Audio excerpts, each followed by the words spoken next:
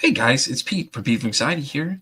Welcome to today's episode. I appreciate y'all being here so much. Let's talk about a few things real quick. The Pete vs. Anxiety Team Anxiety Facebook group. Are you a part of it? You're not? What are you waiting for? The link's down here in the description down below, or go to Facebook and search Pete vs. Anxiety. Then look for the Team Anxiety team page and join it today. Why not? You can join and help. It'll be great. Yeah, like right now. Hurry up. Stop what you're doing. Pause this video. Go do it right now. But anyways, let's also talk about the Pete vs. Anxiety YouTube page. If you're here right now, you're probably following it most likely. If not, head on over there, subscribe, be sure to like and comment on the videos and let me know, because all that stuff really helps, guys. I really appreciate it. And help me break the stigma that mental health is talked about enough. But anyways, guys, let's get into today's episode. I'll have a great one. Thank you so much again. And as I always say, don't ask how your day is, ask how your mental health is today. Guys, welcome to an exciting episode of Pete for Anxiety here on the Oracle Talk Radio Network. My guest today is an internationally renowned holistic counselor, trauma expert, and author of 21 books. You guys heard that right, 21 books, including the global bestseller Metaphysical Anatomy, Volume 1, Your Body is Talking to You. Are you listening? Please welcome the host of Heal Within with Dr. Evette Rose, the one and only Dr. Evette Rose. How are you doing today? I am thrilled to be here, Dr. Pete. Thank you so much for the wonderful introduction. I'm really excited to see how this discussion is going to pan out. Right, exactly. So why don't you tell everybody a little about yourself? I know you have a background like no tomorrow. Let me tell you guys, like it's crazy. Right. So tell me. No, you go for it. Sorry. I had a thought that it's lost it. It'll come back. It'll come back. I'm sure. So the question was a little bit about yourself, I'll tell a little bit more about yourself, things that people may not know. That, obviously 21 books, that's right. An accomplishment in its own, but you have a global bestseller. I mean, what other stuff did we not know that we should know? This well, I do like deep sea diving, and I did do flex on them. So that's a really great question. And I'm actually going to answer your question with a plot twist. So get this. I never in my life would have thought that I would be an author. It was not on the cards, not even to mention psychology, counseling, personal development, absolutely none of it. My dream and what I actually studied was to become a crime scene investigator. And to look at the humorous side of it now, I'm actually now, because I specialize now actually in understanding the psychosomatic conditions of the human body. Meaning if a person becomes ill, like as an example, or not necessarily ill, but say that there's stomach cramps, but there's no medical underlying reason why the person would have stomach cramps. And it's just because of purely stress, right? So this is how our emotions can deeply affect our health, and of course also our mental health.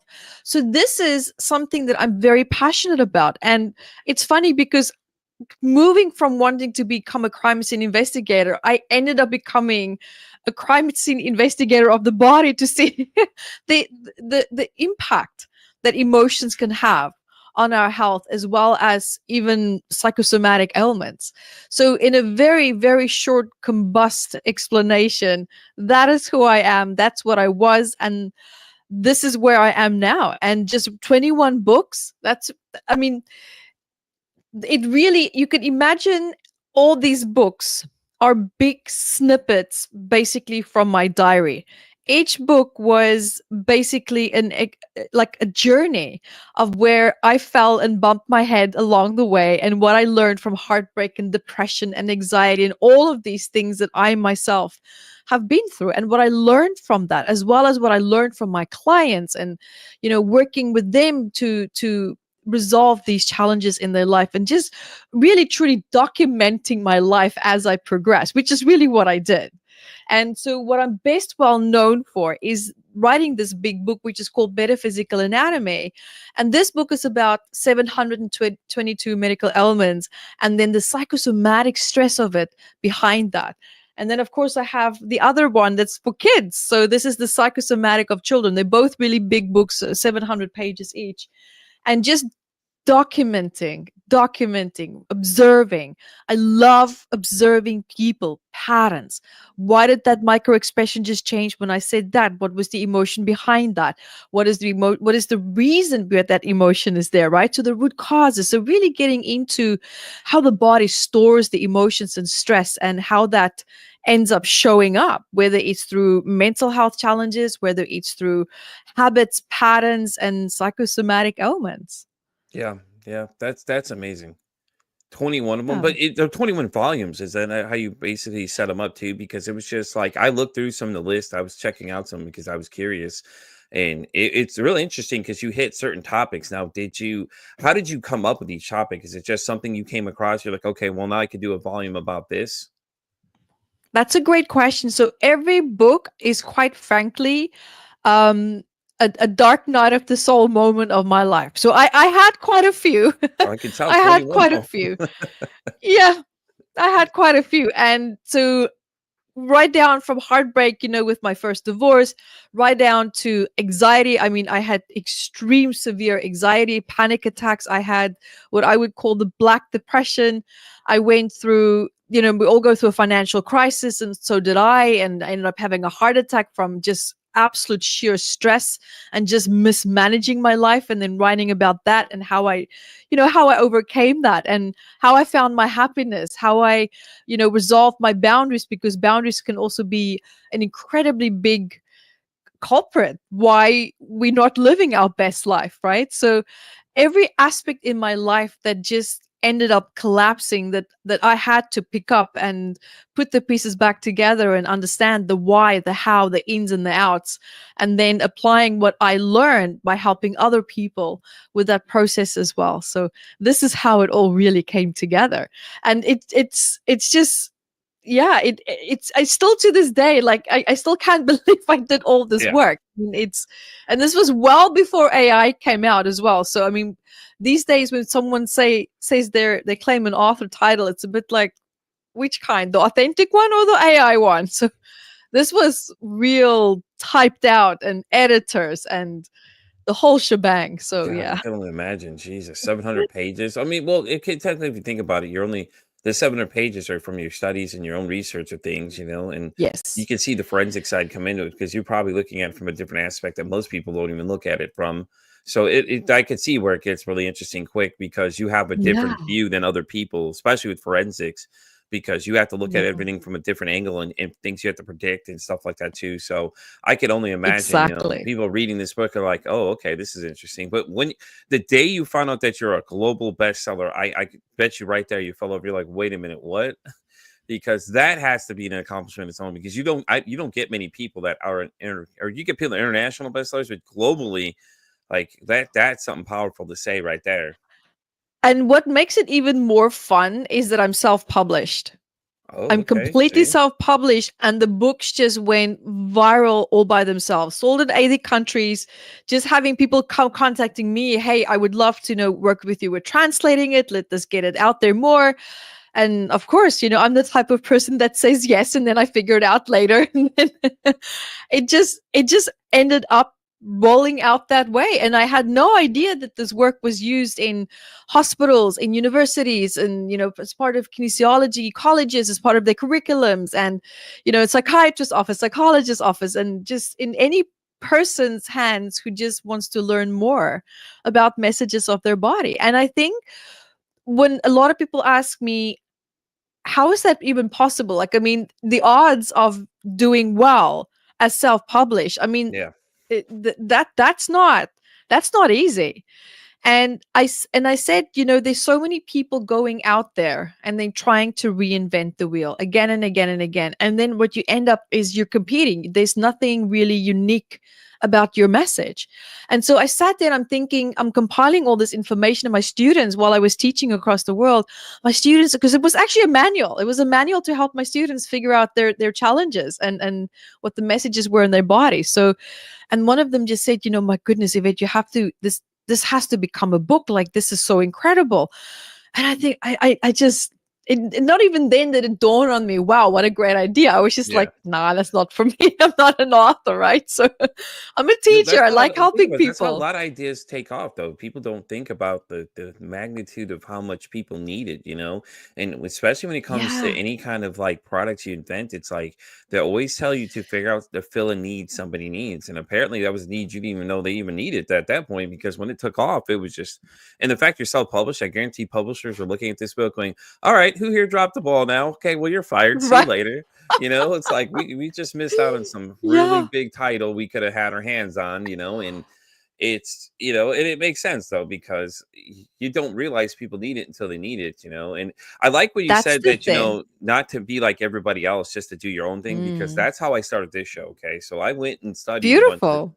and start looking at different podcasts to see, and everybody's a doctor of some sort, and I'm just like, well, where's the real conversation of just an average Joe asking people questions about things, and generally going on an interest journey. So the beginning of this thing, it's my own self journey, basically, because you watch from the beginning, from day one when I hit record to where I'm now. The conversation style Yeah. changes, the information changes by far, because everything I learn from people as I go, I pick up different things as I go down the line and things like that too. And like I was telling you, this thing's been packed since ever since I started it, and I still am. I'm all the way out Yeah. until almost December now, booking people. I had to literally Amazing. had to slow down, because I'm just like, all right, well, let's pull it back a little bit here. But it's just like, you didn't realize how many people want to talk about this subject and how bad they needed Yeah. it, because they're lining up out the door Mm. to come on here. And it's crazy though. It's like, to me, it's just like, I've met like everybody. I've got to meet NFL players, people as such as high as established as yourself, international bestsellers, New York Times bestsellers. I've got all these people in front of me, and it's just been a great Yeah. time ever since. I don't think I've ever had any really bad experiences with it yet. I've heard people had horror stories, but I'm just like, I have yet to have it. So I mean, it'll happen eventually. I'm sure you'll run into somebody where you have friction or something like that. I've even had Oh, people say they had yeah. to stop their podcast interviews because they're like, "Yeah, I don't think so. This ain't No. working out too well." I was like, "No, I've never had that problem Really? either." I've never heard of that. That's terrible. I didn't either until someone told me about it. They're like, What? "Yeah, they had to stop," and I was like, really?" I was like, "Yeah, because it just wasn't going too well." I'm like, "Okay." I guess that's why they do the pre-recording meet and greet. Oh no, I go straight in this. Listen, I'll be honest with you. Yes. Most episodes I don't even prepare for, because I want to keep it as authentic as possible. Like, I'll look and see what Yeah. the person's topic is, and a lot of topics I can hit no problem. Even neuroscience was when I was surprised. I had a conversation an hour long with somebody. We were going back and forth for an hour long, and we were having a great conversation and things like that too. So, I mean, Yeah. speaking of podcasts, you have your own. When did you start that? Was that after the book, or was that prior to the book? That was probably about 4 years ago. So it wasn't Okay. that long ago. Yeah. So it was more or less like something where I was looking at, okay, now I've done all this stuff. What is next? And so I didn't have a podcast, and She's I like, thought, let me dominate. let's do Let me that. see what else I can dominate now. Okay, all Yeah. right. And so let me ask you Yeah, this and though. In the beginning, how hard was it? It had to be rough at first, because I know my experience was at first. It was like I learned everything as I go. I didn't have anybody to help me. I basically would forego it on my own. So a lot of this stuff I'm learning, I'm sharing it to other podcasters that are starting. I'm like, hey, listen, these are some Mm, things you should consider if you're going to do this. Let me tell you, you're about to take on a big journey here, so get ready. absolutely. And you were specifically asking about the podcast. Yes, I was asking, like, how did you start it? I mean, it's Yeah. always So interesting hearing everybody's journeys in the beginning. Like, how hard was it in the beginning? Was there a lot of things to learn, or did you have somebody that could help you along the way? So I have to say, I learned from the best to do hosting, which is Marky Okay. Costello in Los Angeles, and Okay. her team and everyone.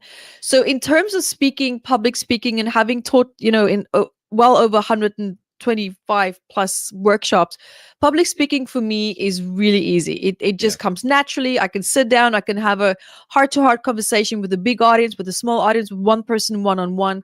So for me, and luckily in that regard, it flows. It flows really well. My concept and my idea was also very clear in terms of what I would like to do. So a lot of the people that I actually interviewed, I would specifically pick people that I either had as a student, so I knew them as a person. I had an understanding of the history and where we can dive in and what would be good points to tap on and so forth, or maybe a client. So this is normally, and this, at least that's how I started, because my podcast would be a variety of meditations diving into, mental health challenges, but predominantly interviewing and talking to people who had very severe health conditions, and they actually completely dived into their own potential and healed themselves without medical intervention. So I love talking to these people. I love picking their minds apart. What was your mindset like? what did you need to believe in order to know that you can overcome this? What was that ultimate decision? What was your routine? What was your mantras? Like, what is everything that you do to help yourself? Because this is something that I would love for other people to hear as well, who perhaps have had that same journey in their life, to give hope. It's really truly to spread that beautiful message of hope Hmm. and to remind people of their human potential, but most importantly of all, the human potential to heal. Yeah, no, I agree. I think it's stories like Yeah. that are just touch people's heart, and people react to a lot of times because they like to hear the story, the human will. Because a lot of people keep telling them, no, you can't do this, you can't do that. We've had several guests on the show that have done that. One guy said he was completely paralyzed, and he said all of a sudden he could start moving his finger, and then it was his hand, and then his arm he can move up and things like that too. Amazing. And it's so interesting. And another girl, she was wheelchair bound, but she used horses to get out. And her story was interesting too, because a lot of people told her Wow. she couldn't do anything, and then it showed the power of the will. That she's like, okay, well, you're telling me I can't, so now let me show you I can, and kind of thing. And it was always interesting to see because Love it. it's like everyone wants to tell you you can't, or the end all be all these things, but it's really not. And I Yeah. think that's the biggest problem we have these days is a lot of Mm. people take those thoughts of negativity and things that people tell them and just like let it soothe in their head and sit there and brew for no reason. Exactly. And I would love to share something with you Yeah, also, definitely. and this is to just really tag on what you're saying, the power of our thought. Because there was a man who was diagnosed with tumors, and his doctor said to him, and this is the actual documented case, and his doctor said to him, "You have 4 months left to live." And you know what? He passed away 3 months later, not 4 months, 3 months later. When they did the autopsy, the tumors were benign. He died purely because the doctor said so. Here's all my power to you. Hmm. That's what happened, right? So it just shows you the power of our thoughts, but most importantly of all, who do we trust in our vulnerable moments as well? Right? We want cheerleaders as doctors. Of course, if things are serious, if there really truly is a condition that doesn't look hopeful, you still want a cheerleader in a way that can uplift you at least, right? So this is the diagnosis, but I still believe in you. Let's give it all that we've got, right? So at least even just an approach like that Yeah. can turn a person's whole world around in a Well, yeah, positive way. I get that too, but it's I think it's a lot of times you get Yeah, these critical conditions, people just start freaking out about it. Like when of I was course. diabetic, it was like people made it sound like that's it, you're done. There's nothing else you can do. And I'm like, is it though? Is that really the case here? It's what it felt Yeah. like. Everybody had to get a conversation, everybody. That's what it tended to feel like. People were like, oh yeah. Oh, okay. And like you told them that's what you got. Oh, well, I'm diabetic now. Oh, okay. Like that kind of thing. And it's like, I didn't really need you to do that to me and say that kind of thing. And one of my Mm, favorite quotes though is from a guy named Jim Ross. He's a wrestling announcer. He said that when he lost his wife, he was like, I think he said it best when he told people, he's like, listen, I don't want to hear about your fucking problems. He goes, I just lost my wife. Don't come over here telling me your mm, issues right now because I'm dealing with my own mm. loss. Right now it's all about Yeah. me. And it may sound selfish, but it's what me is. And it was funny when he Mm, said that because I was like, and he's actually right though. He's like, I don't want to hear yeah. all this crap. Like, he's like, I just lost Mm, somebody. Like, don't come over here and tell me all your problems and things like that too. But in the same aspect, it's like yeah. when debt's involved, it's hard to know what to say to somebody because you're like, you could say, hey, I could be there for you and these other things, and you're just like, it's like no matter what you say, that person may take it the wrong way just because they're in a lot of emotion right now. They just lost somebody. Depending on how close Yeah. they were, it could be amplified too. Yeah. But this is the power also of what that, for just to take an example, what that person said. A lot of people don't have the self-worth or the awareness of where their limitations are. Yeah. He really felt his limitation and he expressed it as best as he could in that raw moment.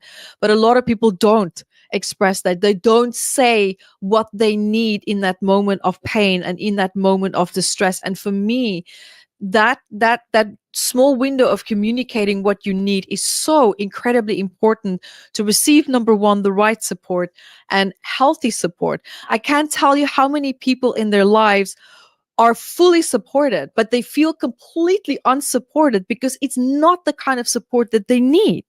Yeah. because no one asked and they're not communicating.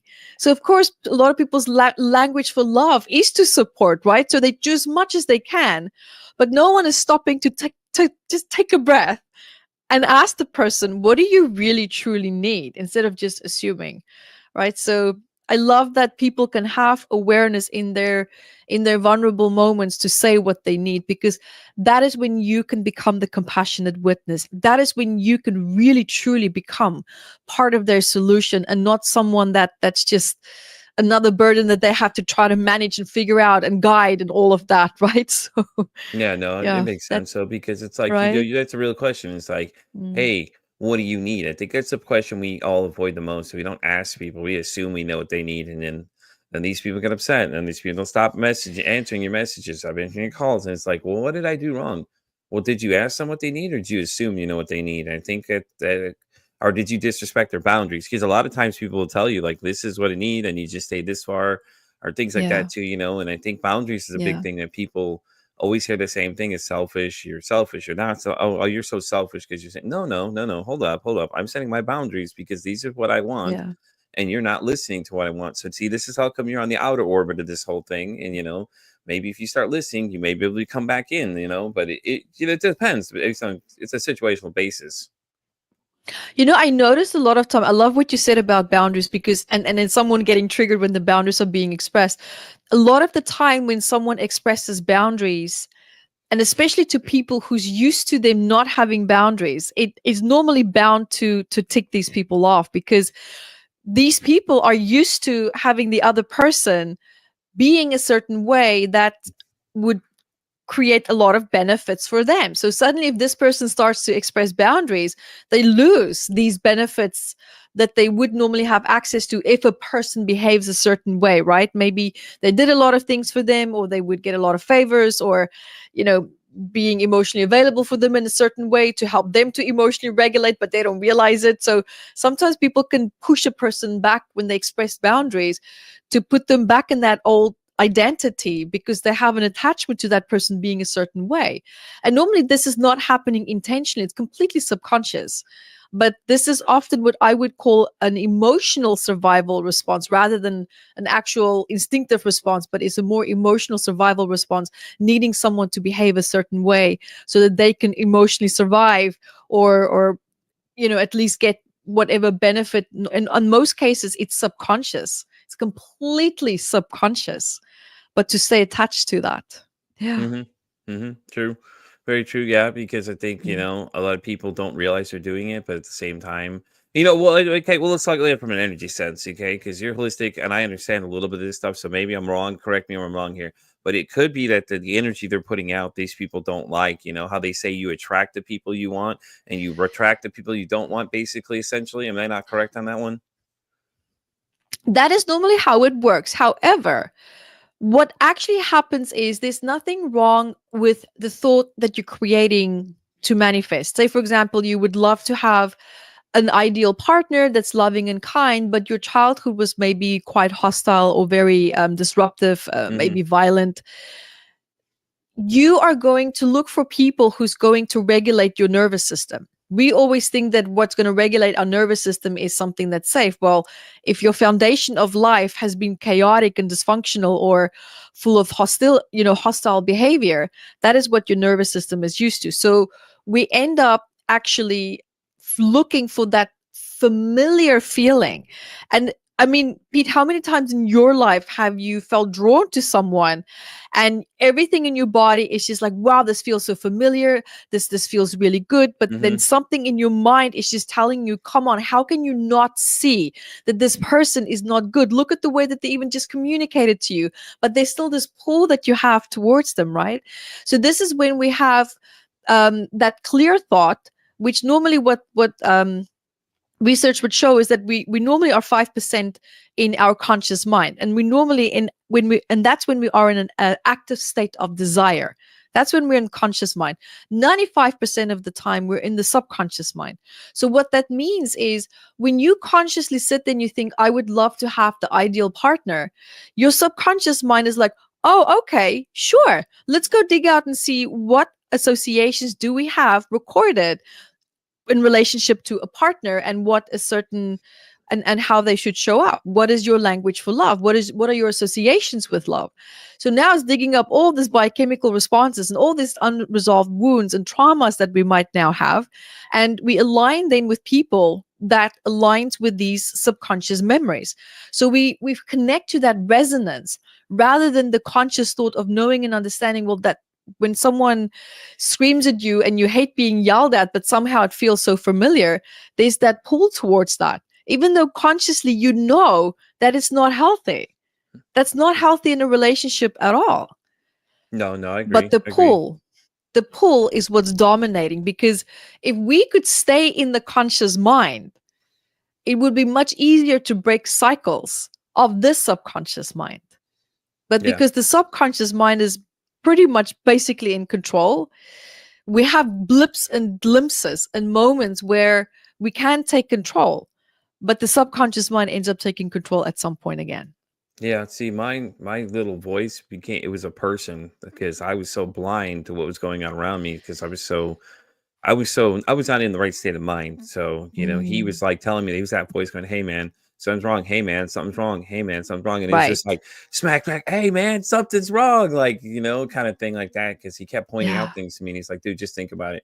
His little words were just keep thinking about it, man. Think about what's going on. Like, really take a hard look at what's going on around you and realize what's going on, dude. And he would always keep telling me, because I was so fixated, like I was so attracted. It was like I had tunnel vision and I didn't see anything for what it was worth. And he was on the outside like, "Hey man, you got to see this." And then he eventually just started doing the, popping to say, "Hey, yo, look at this. You got to look at what's going on around you, man. Check this out."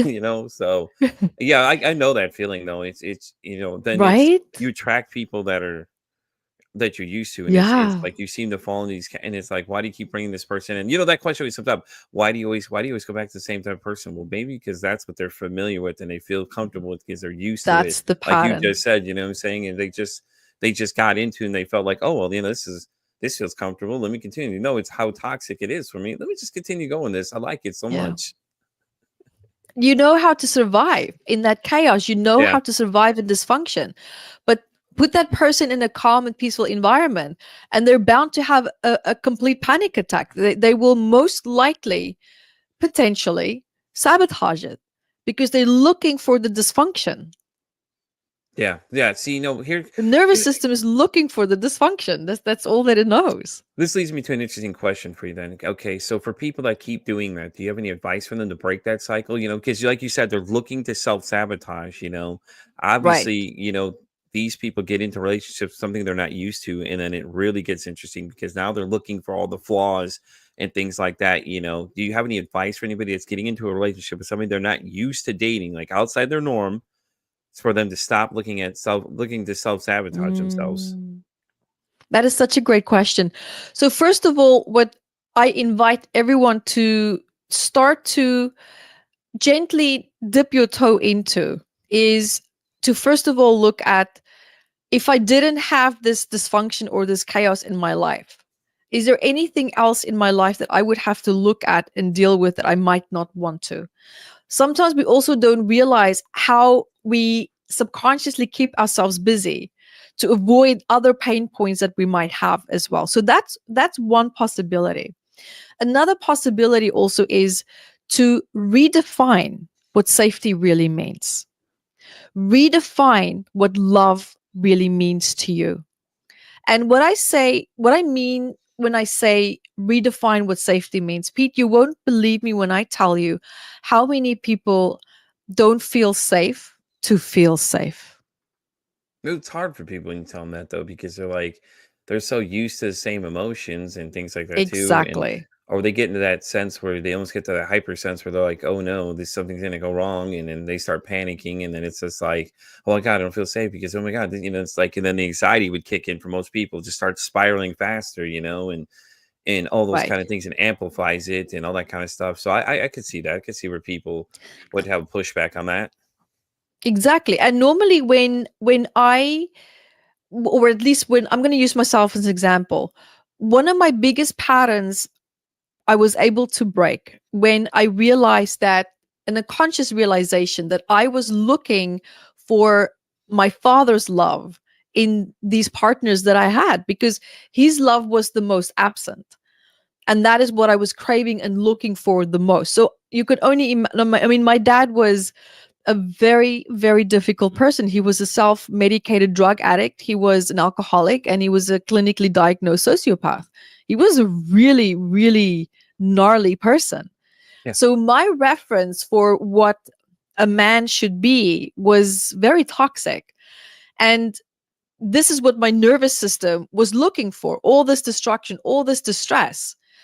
But when I really, truly did, and something that I didn't believe in at the time, because we haven't had a chance to really talk about my childhood, but I went from being an atheist, being a Christian actually, to being an atheist, to now working with people, working in the holistic industry. So it's from one extreme to the other. And the reason why I started believing in this incredible work was I always thought that inner child work was for sissies. I'm like, come on, you do inner child work? What's that? You know what? Right. I had my biggest breakthroughs by addressing that, by just purely realizing that the little girl inside, was looking for my father's love in this destructive relationship. And Pete, when that reality hit me, you have awareness of something, Mm-hmm. but then there's another moment where it just, you just get hit with this ball of clarity, and it just really hits home. It just sinks in. And I really felt that. I really felt the reality of that. And I just couldn't look at that partner at the time when I had that awakening. I just couldn't look at this person the same way again. But just purely working on myself and acknowledging the difference between needing love from my father and needing love from you. Yeah. And something in my subconscious mind just clicked. And So the let- attraction just faded. And that was the end of the relationship. And now I have a really healthy relationship, and I'm thankful for that. So let's dive into that a little bit now. Okay. So when you did the Yeah. inner child work, how old were you exactly? Like what age range did you decide that you finally needed to get some help? Because not a lot of people dig into that kind of stuff.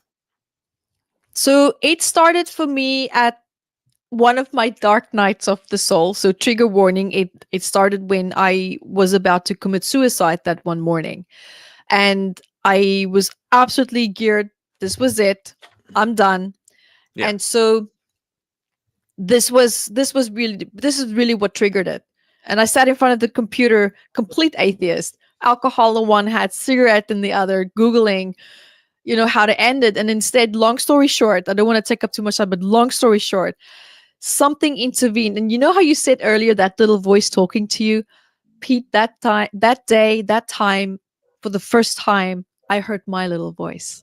And something said, Evette, you're asking the wrong question. And I'm like, what? Mm-hmm. I said, you're asking the wrong question. And I said, well, what am I supposed to ask? And just for anyone, I'm sure you can relate when you are at a moment where you really truly feel so unresourceful. They just feels like there's just no way out. And then suddenly I'm hearing this voice, and it said, how about type in how to be happy? I'm like, what? And I did. Pete, you know what? I kid you not. I thought this was God pulling a prank on me. I was furious. You know what came up on my screen back then? And I mean, way, way, way back then, 2006, like eons ago. Yep. Doreen Virtue, angels, Neil Donald Walsh, conversations with God, crystals, color therapy, inner child work. And I sat there and I thought, oh my God. This cannot be it. Is this the answer? Is this a prank? Is this a joke? If there's a God, then is this a spiritual joke? Yeah. And you know what? When you don't have the answer anymore and you are absolutely on your knees. I had an ego death that morning. And I decided, you know what? I don't have the answer right now.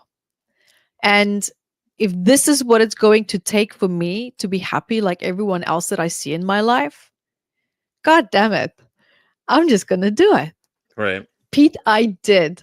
I faked it until I made it. I didn't believe, but I dived in and I thought, okay, I'm at least going to give it a go. I'm going to give it a try because by nature, I'm a very competitive person. And so this voice, when it came in, it hit the right button. It hit that competitive side of me. Like, why is other people happy and you're not? Come on, Evette, that there's something that you're not doing.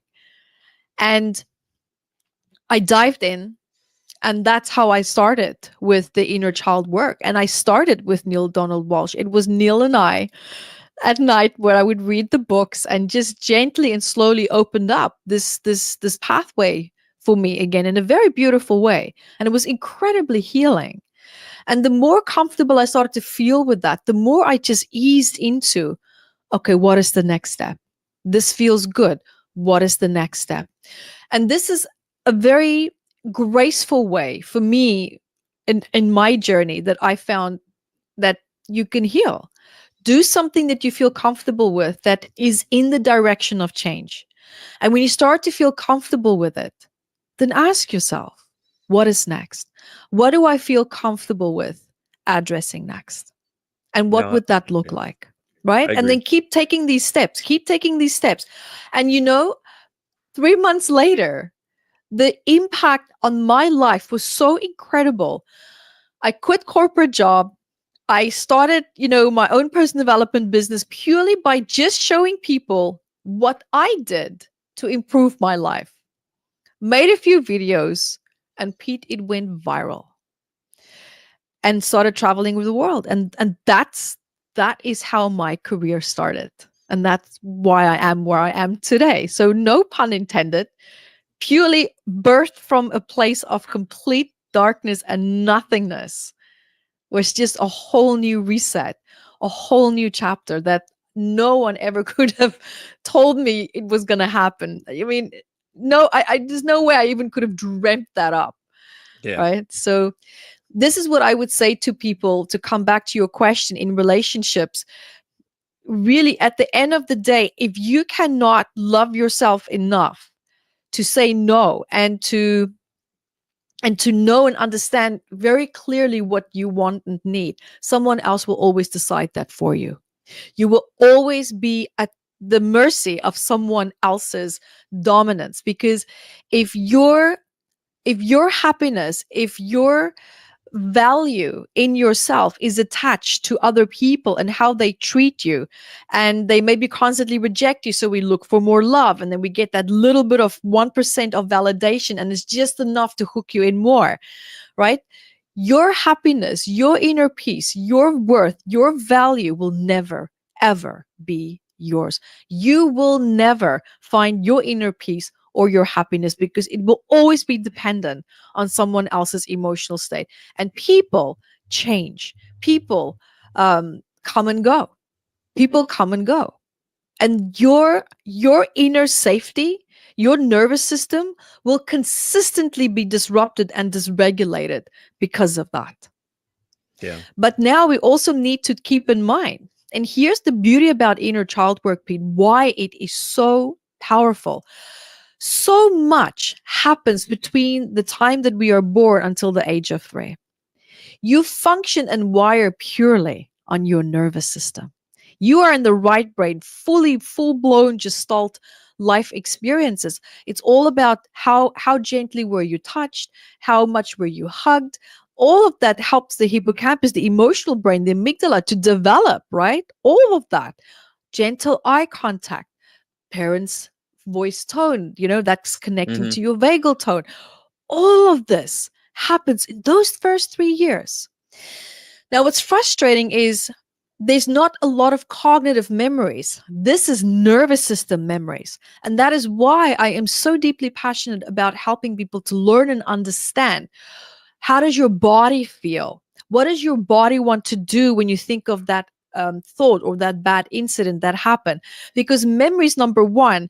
By the 5th time that you recall a memory, 50% of its validity is incorrect, because of the way that we recall memories and we layer the memory back in when we're done connecting to that memory, right? So, I mean, long story short, but that's how neuroscience work with memory. So you don't always know.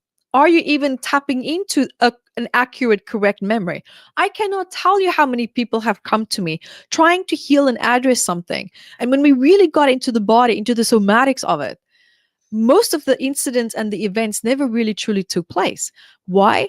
Because when the person would move into a certain position, or they would recall a memory, but then they would dive into the emotion of it, that's when the truth really starts to come forward through body movements, through ways that the body will communicate to you in emotions, sensations. That never lies. That cannot be recalled and then restored incorrectly. That is always consistent. And so the beauty of knowing what happened, or at least how your body stored certain events, can really truly be an incredible gateway for real, true, deep healing, because a lot can take place there. A lot can be programmed and stored there. Granted, a lot can happen after that as well. Absolutely. But at the end of the day, how does the body feel? That is really what we want. That is what we want to follow, rather than worrying about memories. So this is a very important aspect of working with the body that I learned to help people with, especially when people went through very traumatic moments. No one wants to really talk about what happened, that thing that was so traumatic, Right. because people can relive it. People can actually relive it. So I'm very conscious of that. So I'm more curious about, okay, so if something bad happened, and this is part of the reason why you keep attracting bad relationships, notice, how does your body feel when you are in a relationship that's unhealthy for you? Even though your nervous system might feel familiar with it, a lot of people might have chronic back pain. A lot of people might have chronic bloatedness. A lot of people might have a lot of headaches constantly, or they constantly have health problems. They constantly have eczema, right? This is the body's immune system responding to an environment that, in a way, it doesn't want to be in. It's unhealthy. But now we need to get the nervous system to also help and understand that. So there's quite a few elements that we need to look at. How do we bring all of this back on board? So for me, it would be nervous system work. How does your body react and feel when you are with this person that you probably feel is not healthy for you, but you kind of feel stuck to it?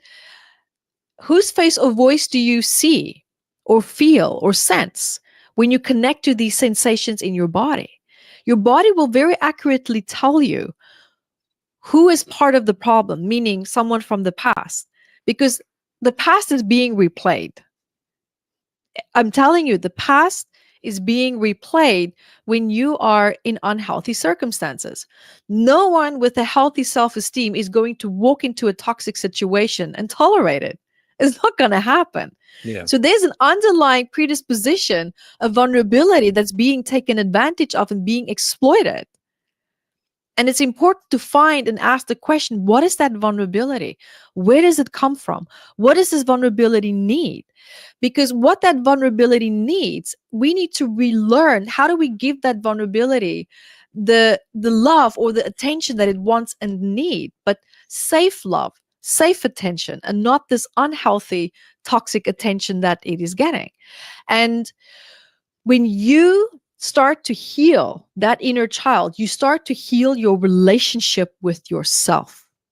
And when you have a rock solid relationship with yourself, no one can possess you. When you are self-possessed, no one can possess you. I love it. So this was a very powerful journey for me, where I had to learn how to say yes to me, self-compassion, self-love. And I'm not talking about this new age fluff love. I mean just common courtesy, just decent respect, just self-respect, right? Right. Yeah. Yeah. I love Yeah. it. Love how you say that. Just like that, this new age fluff crap. I ain't got time for No, that that's, kind of stuff. yeah. And I mean, let's be real, because it's not for me either. But No, I agree. yeah. It's because I think with the internet, I think it makes it worse for a lot of people because they Oh, get all the wrong information. So it's like sometimes you're watching these videos and you're just cringing. You're like, yeah. Okay, nobody asked the most important question. What is your credit? What are your credentials? If you're giving me advice, what are your credentials? And I think a lot of people, that's where they get the misconception of these things, and Yeah. they get this ego built up, like, oh, you're doing the right thing, when you're really not doing the right thing. You're doing more harm to yourself because, oh, well, because so and so told me he's got 1 million followers, so he told me. But does no so and so have any credentials? Oh, I didn't think to ask that question. No, of course not. You didn't think to ask the whole important Right. question of, if you're giving me advice, what the hell is your background that you're going to tell me these Yeah. things? You know what I mean? Like, it's like these people just, like, they believe anything these days. And it's just like, Mm. it's very sheep like mentality. You know what I mean? Like, oh, my friend watched Simpson, I'm going to watch him. Oh, yeah, yeah, I like him too because they like him. I'm just like, oh, stop, please doing that. Y'all need to Yeah. quit doing that. Yeah. And the thing, what you touched on is so important as well. I like what you said and the focus that you brought there, because I see also a lot of people who would just, the sheep herd concept that would just be, it's blowing up. And a big part of that, I'm wondering and I'm seeing, is we're so disconnected. We're so disconnected that we're craving connection. And anything that just remotely resonates, we want to attach to that, to just feel that we belong. And this again comes from not knowing who you are, not having that relationship with yourself, not having a clear sense of understanding and clarity of who am I as an individual? What is my identity all about? Because when we have clarity in that, you're going to see through all of this BS. You're going to be less inclined to attach to these people and to these circumstances, because people, and I see this a lot here in places where, like, I'm here in Bali, and I see a lot of people wearing these expensive yoga clothing, and God, they can't touch their toes even if their life depended on it. But this is just an example, and they are so desperate to just belong. Yeah. They just want to belong somewhere, right? These groups, these cliquey groups. And sometimes you can see people, they're not even interested in what these groups are doing. They just want connection. They want love. They just want connection. But not knowing who you are bound to attach to the wrong people and to the wrong dynamics and to the wrong groups. Because if you really truly knew who you were, you had that self-respect, that self-awareness of what your deep true needs are, you would be aligning and associating with healthier people and circumstances, and not Yeah. just take what you think you can get. Because the way that you were treated as a child, that becomes the barometer of what you think you can and cannot have in your life. And we make decisions based on that foundation. We allow people in certain dynamics to come into our life based on that foundation. But the sad part about that, Pete, is that this feedback, this is traumatized feedback from people themselves who's struggling too, right?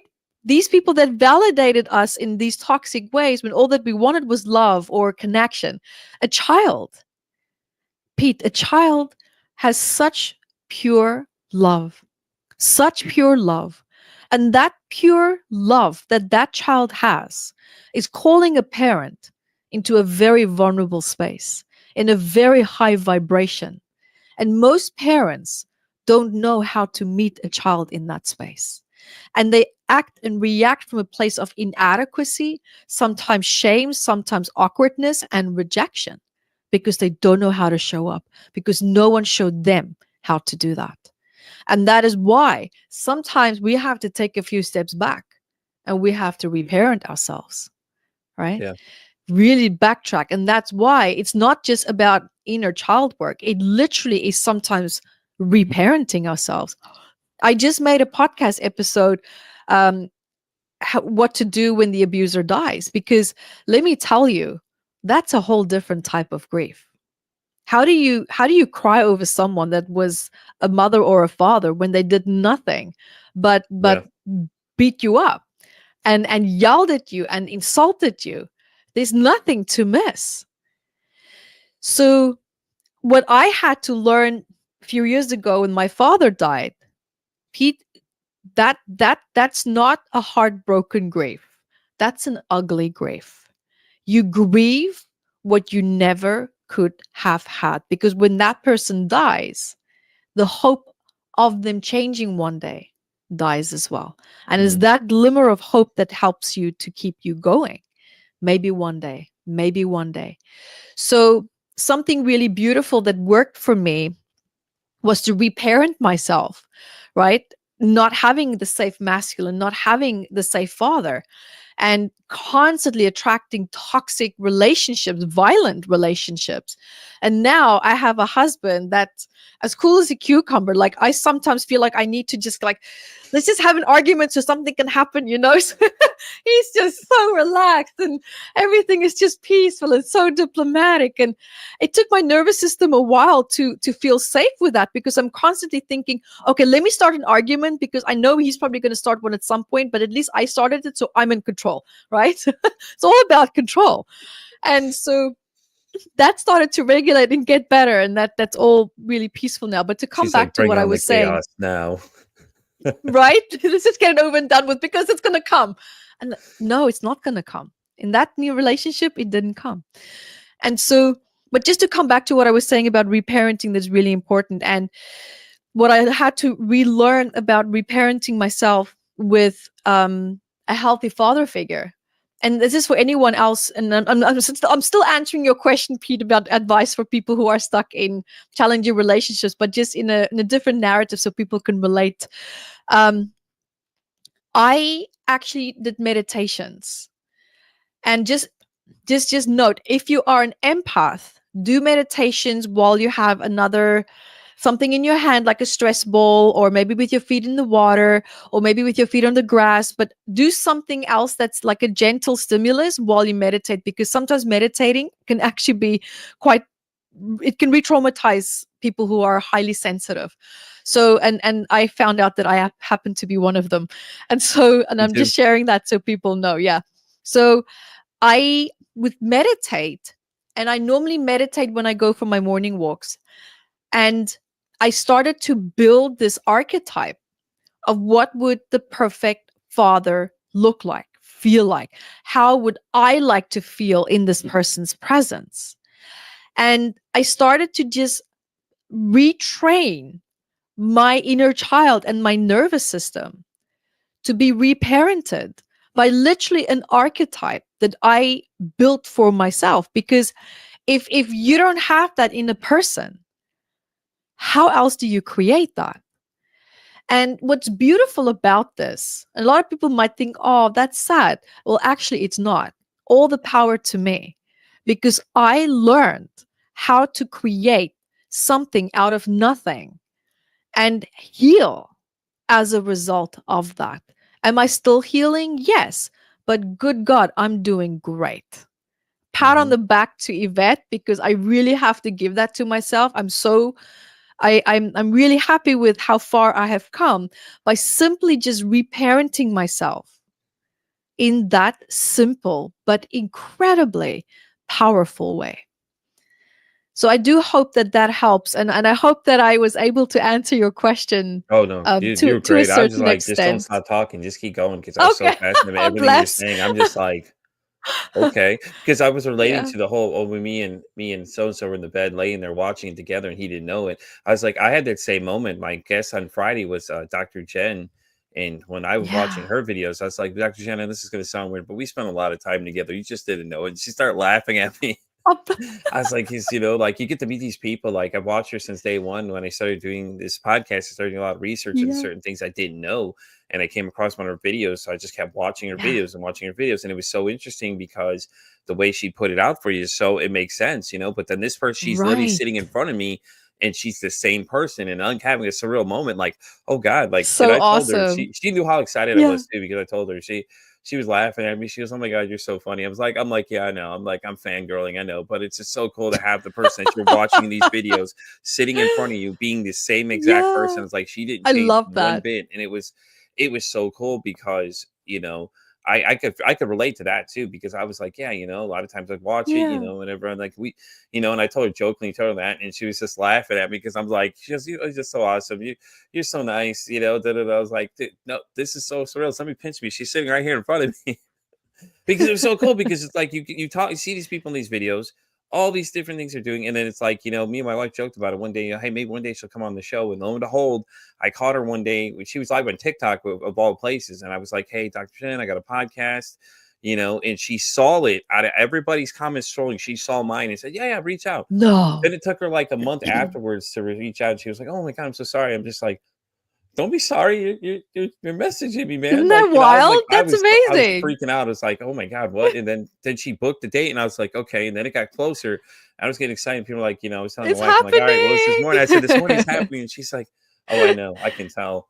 So, I but it love was that. so cool though when she's sitting right there talking to you, but it was just like the same person that you've seen in all these videos. And even off air, we talked like an Yeah. hour and a half afterwards, and she was still the same person. It was so cool though, because it's like you get to Oh, meet these people, you watch them all the yeah. time, and then they're in front of you and they're the same exact person, and you're having that thought in your mind, like, okay, wait, what is this going to turn to the, fame's got me going ugly type deal going on, you know what I mean? It's just like, no, Mm. it's not happening. And it was just like, it was so great though. I mean, like I said, this podcast has given me a lot of opportunities to talk to people such as yourself and you and everybody else. And it's been great. So as we start wrapping Yeah. up though, I do have 2 questions to ask every guest that comes on this show. Okay. So the Shoot first away. one comes in from a friend of mine. She runs a podcast, the shit that goes on in our heads.